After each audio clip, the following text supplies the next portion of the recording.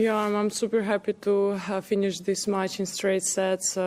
She played incredible tennis, especially in the second set, and I'm really happy I was able to turn around that set. Okay, questions. Thomas from the Danish news agency. You're meeting Clara Tauson next. How well do you know her, and what are your thoughts on her as a player? I mean, I think we never played against each other, but I saw her matches, and I think I'll just leave that part for my team to figure it, and we're definitely going to watch her game. And I know that she's a very aggressive player, serving well, hitting pretty heavy shots, so it's going to be a great battle.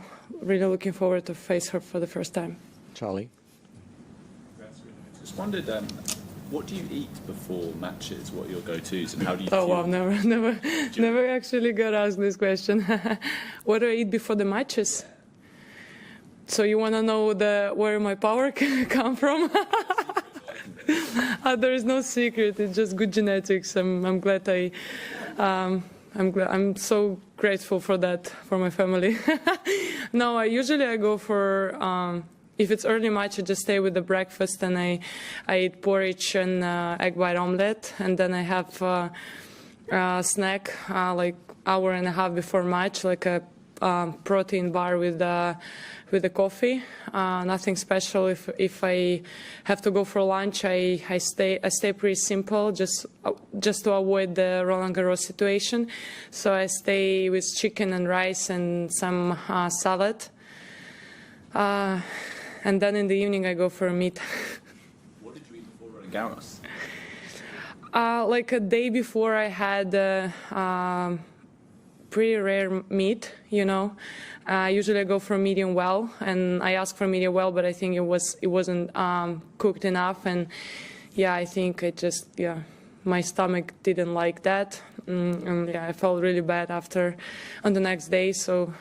Now I'm making sure that the meat is cooked well, and before the match, nothing really heavy. During?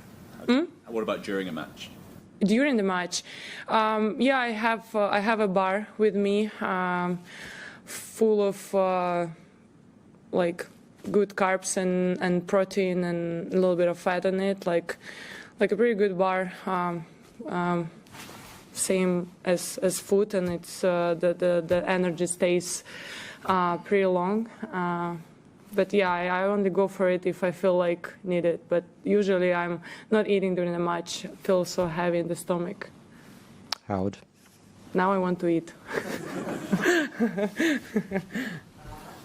Hi, Aryna. I wanted to ask, what was your thought when you saw you'd be playing at 11 a.m.? And do you like playing early in the day? Do you prefer playing at night or somewhere in between?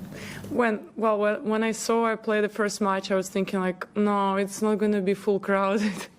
But then I saw a lot of people out there, and I was so happy. And I mean, I like to play both, you know, like 7 p.m., but not second after men's. I hate it. You can just start at midnight, but also I like the early matches, because if you win, you're done for the day, and you can chill, you can go shopping probably, because the next day there is no match on the next day, or you can go for a good dinner, you know. So I prefer. I mean, I don't know. I cannot pick which one my favorite. I enjoyed your uncut interview when you talked about the crowd, and I was wondering if you could. How it is, like, you're so beloved here in Australia, but obviously the neutral tennis fan enjoys an upset sometimes. Do you feel kind of betrayed sometimes during the matches that they don't cheer for you? Or? No, I understand. They want to watch a great match, great battle. They want to see probably 3 sets battles, you know. Nobody really interesting seeing like 6-love, you know. So I understand that. But and also like during the match they show on the TV. How you call it? Always forget. Plakat. Poster. Oh. Thank you. Always forget this word. Posters with like my name, or like drawing of the tiger, you know. So I feel the support anyways, and I understand that. But I hope the next match they're going to cheer for me. Please, come on, guys. There'll be some Danes also. They'll be against you. Yeah. It's okay. I got it. I have my team. I'm going to ask my team to scream as loud as possible. Okay, Howard, and then we'll come to you. Is there any, there are a lot of numbers in tennis, everything is tracked now. Are there any statistics or numbers that interest you that you will look at either after a match or over the course of a season to see how they're going for you? I mean, I like to see my serve percentage. I loved the statistic of my forehand at the US Open. I was like, okay, good to know. Speed, yeah, the speed of my forehand, the average speed. But usually I leave it for my team and then they correct it and then we practice some stuff. If something didn't work well and statistics wasn't on my side.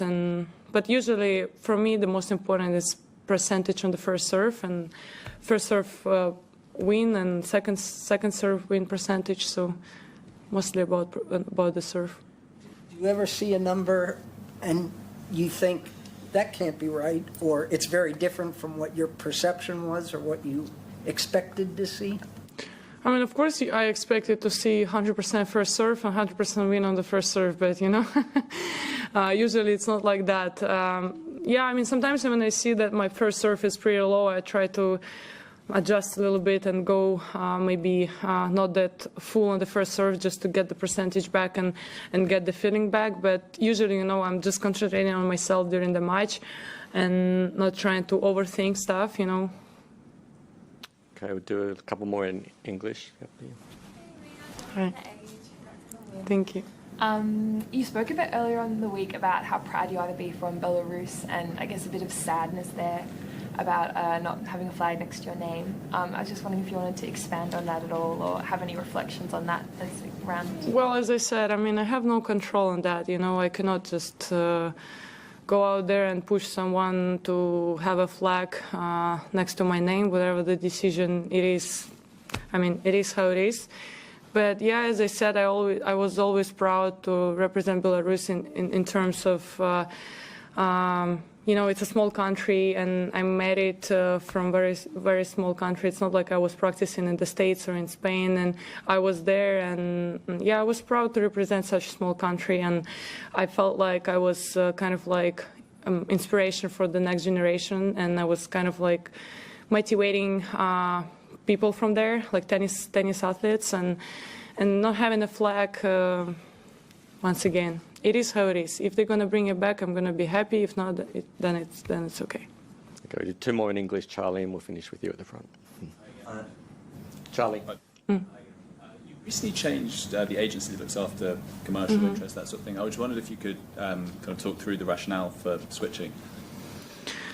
Well, yeah, it's a tricky question, but I was looking for building my brand and kind of like wanted a little bit more than IMG was served for me, and I wasn't happy with the service, and yeah, there was tension between me and some of the people out there.